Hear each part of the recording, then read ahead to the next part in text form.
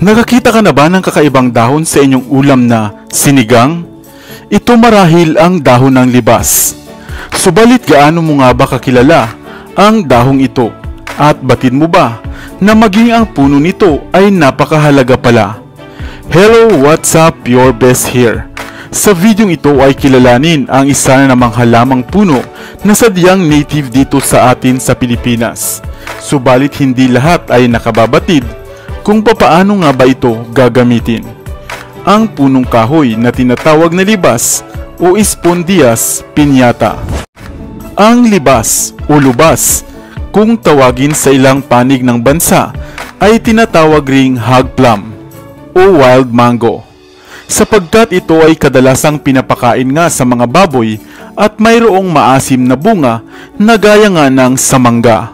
Subalit nakilala lamang natin ang libas dahil sa mga dahon nito na kadalasan ngang ginagamit na pang-asim sa mga sinigang, sinanglay o laing, mapalutong karne man o kaya naman ay isda. Sapagkat mayroon itong mga dahon na maasim na maaari mo ngang kainin, lalo na nga ang mga bata nitong dahon.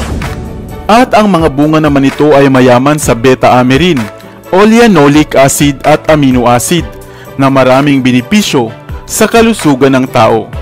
Kaya naman halika at isa-isahin pa nga natin ang mga gamit ng punong ito, ang puno ng libas. Batid mo ba na mainam na pangbanlaw sa pagliligo, lalo na ng mga buntis o ng bagong panganak, ang pinagpakuluan ng dahon ng libas? Maaari mo naman itong durugin at itapal sa mga bahaging nananakit dulot ng mga rayuma. Samantalang kung kayo naman ay mayroong irregular na buwan ng dalaw o menstruation, maaari mo ring inumin ang tubig na pinaglagaan ng mga sanga o katawan ng punong ito. At mainam din ito para sa mga palagiang sumasakit ang sikmura o tiyan o hindi natunawan. Mainam ring ipainom ang juice o ang katas ng bunga nito sa mga nagsusuka at nahihilo at panlunas rin sa mayroong masakit na tenga. Samantala ang bunga naman ito kapag nahihinog ay masarap, at kung hilaw pa nga ito ay maaari mo namang gawing pickle kasama ng iba pang mga prutas at gulay. Hindi ba't marami palang gamit ang libas? Pagkain na, gamot, at mainam pa sa ilang kondisyon sa katawan. Kaya naman kung mayroon kang tanim nito sa bakuran, ay iyo itong alagaan. Sa inyong lugar, libas din ba ito kung tawagin? Sana ay may bago kang natutunan sa videong ito.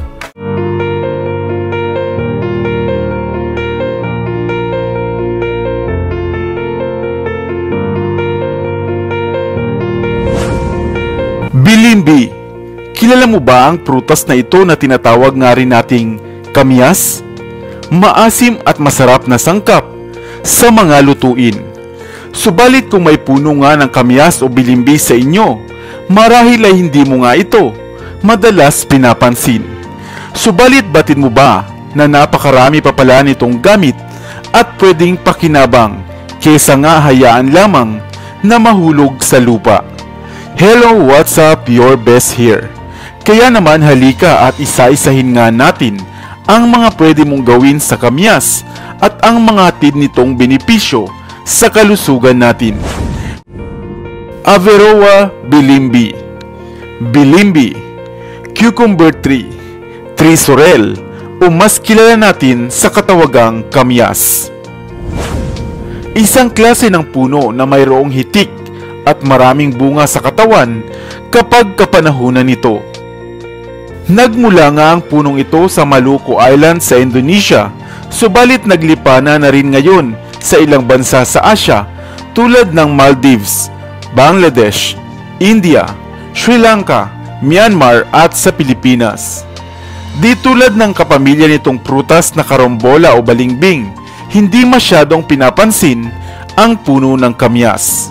Maliban na lamang sa ginagamit itong pang-asim sa mga sinabaw, lalo na nga sa isda. Ngunit batid mo ba na napakarami pa palang gamit at pakinabang ng punong ito? Ang mga bulaklak nga nito sa Maldives ay karaniwang ginagamit na pangkulay ng mga tela na ginagawang damit.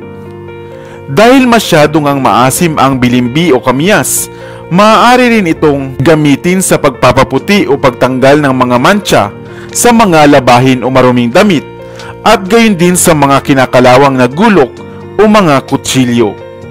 Ginagamit din ito sa India bilang pang-asim sa curry o ginagawang pickles. At sa Indonesia naman, gaya rin dito sa atin sa Pilipinas, kadalasan ngang ginagamit na pang-asim sa mga sinabawang gulay at isda tulad ng paksiw, sinigang at pinangat, ang prutas na kamyas. Maaari mo rin itong patuyuin at paglaon na isangkap naman sa mga vegetable salad. Minsan rin ito ay mainam na gawing minatamis o kamyas jam na karaniwang ginagawa naman sa bansang Malaysia. Ang kamyas din ay maaaring gamiting sangkap sa paggawa ng alak dahil ito ay maaaring i-preserve at bumababa rin ang acidity sa paglipas ng panahon. Maaari mo ring gamitin ang kamyas upang muling maibalik ang kinis at kutis ng inyong balat. Ang mga dahon naman ng kamyas na pinakuluan ay mainam na panghugas sa mga sugat, rashes at galos, at mainam rin sa mayroong ubo at lagnat. Pinaniniwalaan rin na mainam ipaligo ang pinakuluang dahon nito kapag kayo ay bagong panganak at kung kayo ay ginagawan o kinukulam. Ang maasim ng kamyas na ito ay isang anti-inflammatory, anti-diabetic, anti-hypertensive, anti-cancer at antimicrobial dahil sa mataas nitong acid content. Ngunit huwag naman ang labis-labis na pagkonsumo nito dahil maaari itong magdulot ng heartburn at ilang gastrointestinal problems. At lalo na kung kayo ay mayroong problema sa bato, ay umiwas na sa pagkonsumo ng prutas na ito. Isang pangkaraniwang prutas dito sa atin, madalas mo nang makita, ngunit hindi batid ng karamihan ang nag-uumapaw pala nitong pakinabang na dala. Kaya ngayon kung makakita ka ng puno ng kamyas, ay huwag mo nang hayaang mahulog na lamang ang mga bunga nito sa lupa. Ikaw, saan-saan mo nga ba ginagamit ang bunga ng kamyas? Sana ay may bago kang natutunan sa videong ito. Iwan ka naman ng comment sa comment section sa ibaba. I-like at i-share mo na rin para naman sa kaalaman ng iba. Dito na sa Best TV, tayo ay matuto, utak mapuno ng bagong kaalaman. Dito na sa Best TV, tayo ay lumibot, lihin na mundo ay ating matuklasan. Dito yan sa Best TV, dito yan sa Best TV, dito yan sa Best TV. Sapagkat lamang ang laki may alam, dito yan sa Best TV. Sabay-sabay tayo na matuto, pagkat dito sa mundo lamang ang siyang marunong. Ating utak salina ng panibagong dunong, mga bagay na sa buhay ay makakatulong.